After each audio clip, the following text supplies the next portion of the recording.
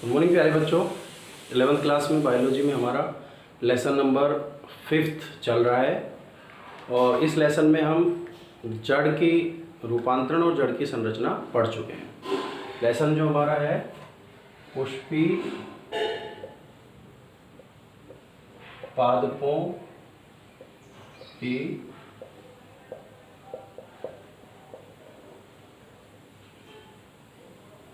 आकारिकी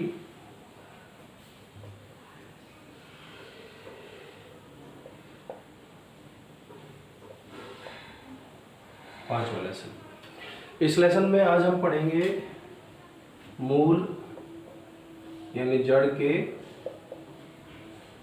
कार्य। तो बच्चों सबसे पहले जो जड़ के प्रमुख कार्य होते हैं, प्रमुख कार्य तो होता है एक जल एवं खनिज लवणों का अवशोषण करना और पौधे को भूमि में स्थिर बनाए रखना। ये तो दो मुख्य कार्य हैं। यानी पहला तो हो गया जल एवं खनिज लवणों का अवशोषण।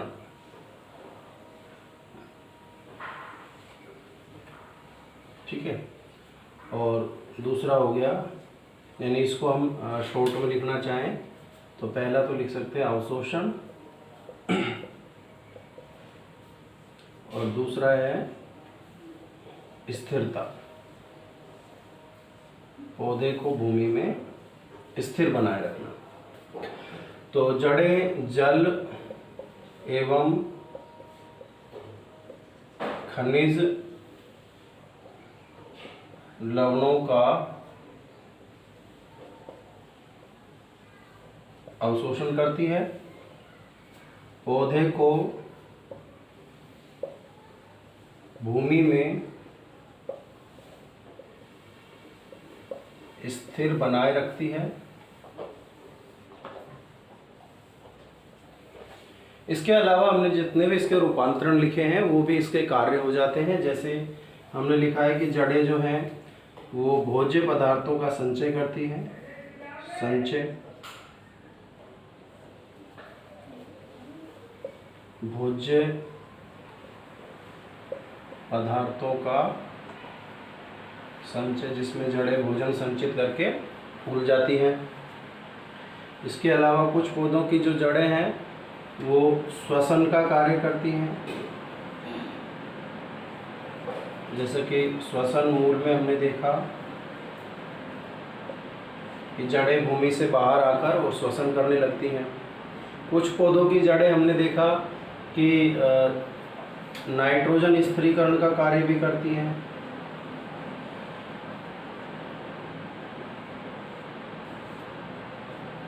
नाइट्रोजन स्थिरीकरण करके मृदा को उपजाऊ बनाती हैं। तो ये जो जड़ों के प्रमुख कार्य देख रहे हैं हम, भोजन का संचय भी करती है, श्वसन भी करती है और नाइट्रोजन स्थिरीकरण का कार्य भी करती है। तो ये प्रमुख जो कार्य हैं जड़ों के ये हो जाते हैं और इसके साथ जड़ जो टॉपिक है वो कंप्लीट हो जाता है। अब अगला हम टॉपिक स्टार्ट करने वाले हैं। सेकंड जो भाग है पौधे का वो है तना। तना, तने की अगर हम विशेषताएं देखें तो तना क्या होता है। पहली बात तो ये विकसित कहाँ से होता है, प्रांकुर से विकसित। पौधे का वह भाग जो प्रांकुर से विकसित होता है, जल व गुरुत्वाकर्षण बल के विपरीत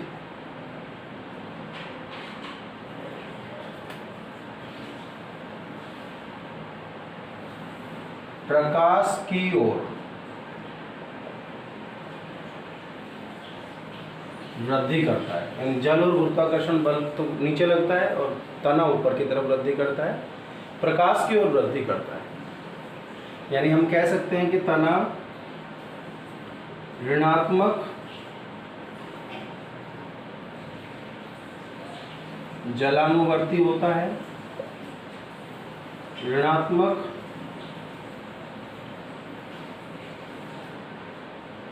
गुरुत्वानुवर्ती होता है, लेकिन धनात्मक प्रकाशानुवर्ती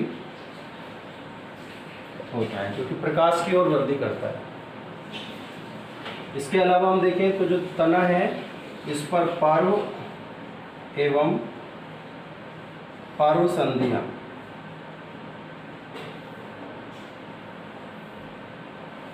एवं कलिकाएं उपस्थित होती हैं। ये संरचनाएं इस पर मौजूद होती हैं। यह पत्ती,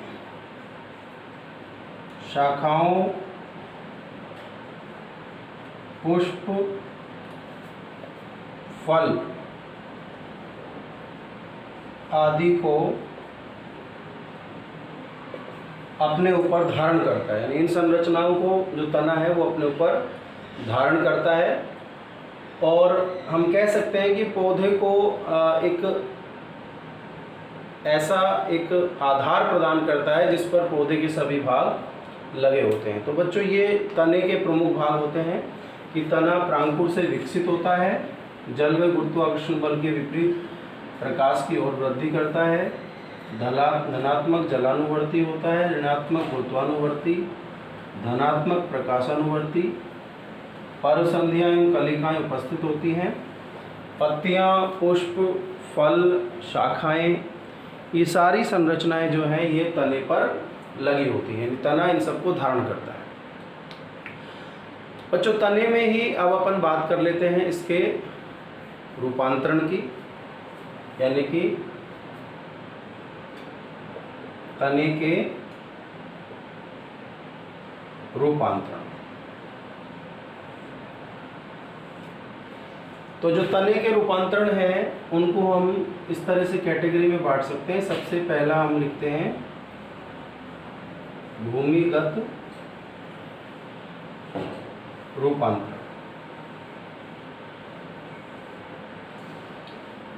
भूमिगत रूपांतरण में क्या होता है कि जो तने का भूमिगत भाग है, तने का यानी भूमिगत तना भोजन संचय एवं कायिक जनन, देखो दो कार्य, भोजन संचय एवं कायिक जनन, इन दो कार्यों के लिए रूपांतरित होता है। भूमिगत तना भोजन संचय करने के लिए और कायिक जनन के लिए रूपांतरित होता है। इसके जो प्रकार है वो इस प्रकार से हैं, जैसे कंद,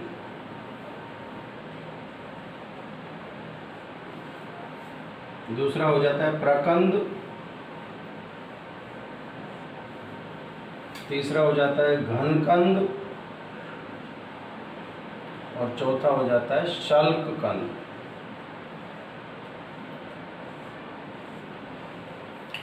तो बच्चों, कंद में क्या होता है, भूमिगत तना भोजन संचित करके लगभग गोलाकार हो जाता है और इसकी जो पार्वसंधियां होती हैं उनसे इस तरह से कलिकाएं निकलती हैं, जिनको हम आलू की आँख बोल देते हैं। ये आलू है उसका उदाहरण। भोजन संचित करके लगभग गोल हो जाता है, कलिकाएं निकलती हैं और अपस्थानिक जड़ें निकलती हैं।